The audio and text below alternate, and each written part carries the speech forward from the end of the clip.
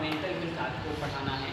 इसको मैंने जो आज का जो मुख्य जो आपकी जो क्वेश्चन है, इसमें जो आपके बोर्ड एग्जामिनेशन में आती है, थ्रू लाइन ऑन फॉलोइंग, मतलब कि आपके 5-5 नंबर के क्वेश्चन आते हैं किसके बारे में, आप 200 शब्दों में लिखें, आप किसके बारे में आपको बताना होता है। तो आज हम ये प्रकाश डालना चाहेंगे कि एल्डरली प्रॉब्लम आपको मैं पहले बता चुका हूँ, नीड ऑफ एल्डरली पर्सन जो आप तो देख रहे हैं, दूसरी चीज़ें हैं जो वृद्धों की आवश्यकता है, ये जो लिखा है आपका कि वृद्धों की आवश्यकताएं क्या है, ये चीज़ें आपको नीड ऑफ एल्डरली पर्सन, ये चीज़ें आपको बताना है। पहले ऑडियो में एल्डरली पर्सन प्रॉब्लम क्या क्या होती हैं आपको मैं लिख के बता दिया हूँ और वीडियो में भी बता दिया हूँ।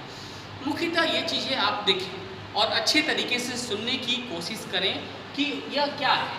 वृद्धावस्था में बढ़ती शारीरिक, सामाजिक एवं मानसिक सुसमताओं और क्षमताओं और विनाश को रोकने के लिए उच्च कोटि की देखभाल की ज़रूरत होती है। जो ये आप देख रहे हैं कि वृद्धावस्था में जो बढ़ती समस्याएं आती हैं, जो विनाशकारी होती हैं, जो बहुत ज़्यादा परेशान करने वाली होती हैं, इकोनॉमिकल प्रॉब्लम की वजह से आप कह लीजिए, सोशल प्रॉब्लम की वजह से कह लीजिए, इसकी जो देखभाल की जो अहम भूमिका है कि किस तरीके से हम वृद्धावस्था में जो देखभाल की जो परंपरा है या चलन है या हमारे घर में जो व्यवस्था है, उस हिसाब से हम वृद्धावस्था के दौरान जो नीड ऑफ एल्डरली पर्सन है उसको हम देखेंगे और करेंगे।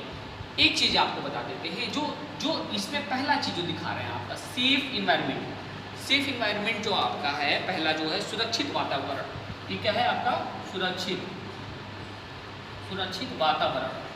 किस तरीके से सुरक्षित वातावरण होगा? सुरक्षित वातावरण करने के लिए आपके घर में आपके इन्वायरमेंट, जो घर का इन्वायरमेंट है, उसको सबसे पहले मेंटली प्रिपेयर होना पड़ेगा।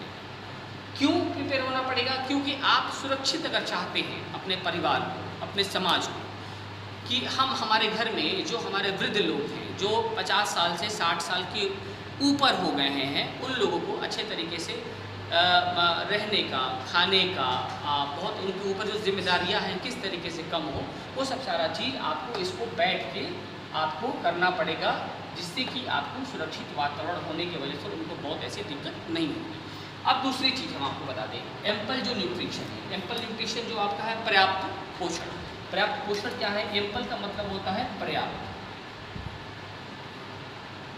जो पर्याप्त पोषण है आपका, तो पर्याप्त पोषण नहीं मिलता है।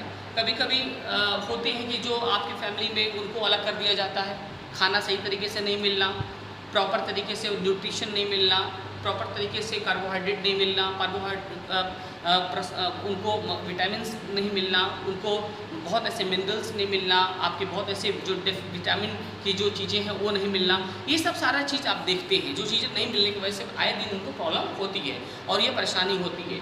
तो उसको जब हम नहीं देंगे, वृद्धावस्था में जो लोग हैं, जो माताएँ हैं, दादी हैं या नानी हैं, या घर में जो भी लोग हैं, अगर आप जिम्मेदार पर्सन हैं, आप अगर सही तरीके से खा रहे हैं, तो आप जैसे खा रहे हैं उनको भी अच्छे तरीके से पर्याप्त भोजन देना पड़ेगा। फल फ्रूट देना पड़ेगा, ड्राई फ्रूट देना पड़ेगा, दूध देना पड़ेगा, जो भी आप साग सब्जी जो भी आप खाते, ताज़ा फल देना पड़ेगा।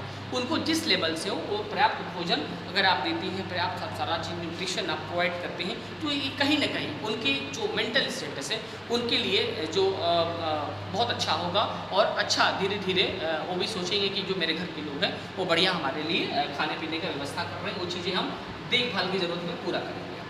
जो हमारा इससे क्या होगा ना, जो आपकी विनाशकारी जो क्षमताएं हैं जो रोक रही है, वो रोकेंगी नहीं, वो चीज़ें धीरे धीरे क्या करेंगे, ओल्ड एज में जाकर बहुत जो बूढ़े हो जाएंगे उनको कोई दिक्कत नहीं आएगा, वो चीज़ को अगर पर्याप्त तरीके से मिलेगा।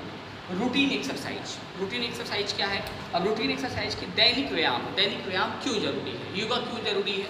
इसलिए जरूरी है योगा, इसलिए दैनिक व्यायाम जरूरी है कि हम चलेंगे नहीं, हम सुबह उठ के सुबह लेट में उठेंगे, जो बुजुर्ग उनको ख्याल नहीं करेंगे, उनको नहीं हम समझाएंगे कि एक्सरसाइज करने से आपकी जो घुटने का दर्द है, आपका जो बैठने का जो चीज़ें हैं, आपके जो